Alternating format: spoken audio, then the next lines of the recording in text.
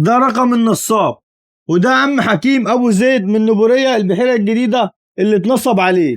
يا جماعة الرقم ده زي ما انتوا شايفين اهو 011 26 47 20 21 بيظهر لك على التري كولر باسم ياسر زيدان القائد.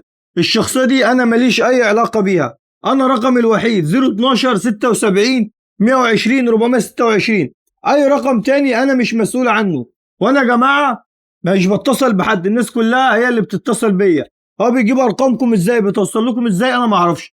اي رقم غير رقمي مش مسؤول. اي فرع غير اللي انا فيه ده محافظه اسكندريه الداخليه شارع الجيش امام محمصه الاولاد دي انا مش مسؤول. وكررت الكلام ده للمره الالف ومش هكرره تاني. ايه اللي حصل معاك؟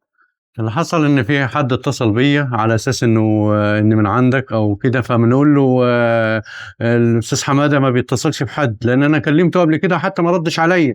فقال لي معلش اصل انا التليفون بتاعي فاصل شحن، انا مكلمك من تليفون اخويا اللي هو الرقم اللي هو ده اللي هو 011. وريهم المحادثات الواتس. والمحادثات اهيت. وقال لي طيب معلش عشان التليفون اللي انت كنت اهي.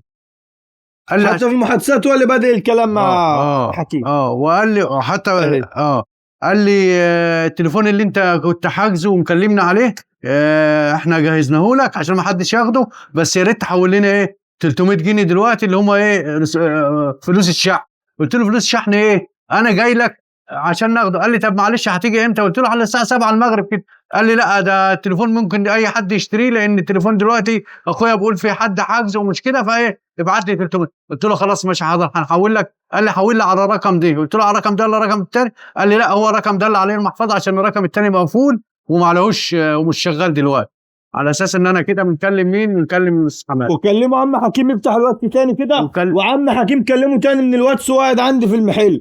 ولما طلب منه تليفونات دي يا جماعه صور تليفونات تبعنا فعلا بياخدها من على الشخص من على الصفحه الشخصيه بتاعتي ويبعتها للناس. دي حاجه يا جماعه عاديه، اي حد ممكن ياخد صوره من على الصفحه. وبعدين احنا طبعا سيره الاستاذ حماده والمحل بتاعه ده كفايه، لان احنا سيرته وفي ناس جت من عندي من نابوريه بعت له ناس هنا فعلا اشترت تليفونات، والتليفونات شغاله معاها 10 على 10، راجل معاه مصداقيه في كل كلمه بقولها على الفيديوهات. اما ده راجل نصاب، الراجل اللي هو اللي كلمني من شويه ده، وده التليفون بتاعه اهو احنا منزلينه. انا مش زعلان على انا الفلوس دي يمكن انا دفعتها عشان ما حدش بعد ده تمن ان ما حدش بعد كده يتنصب عليه. ده انا بنعتبرهم دافعهم كده لله عشان ما حدش يتنصب عليه تاني من الراجل ده او من غيره، او يسوء سمعه الراجل ده. الراجل ده راجل محترم، وكفايه ان حتى اول مره نجيله المحل يعني انا كنت نسمع عنه وبنبعت له ناس لكن ما قابلتوش قبل كده.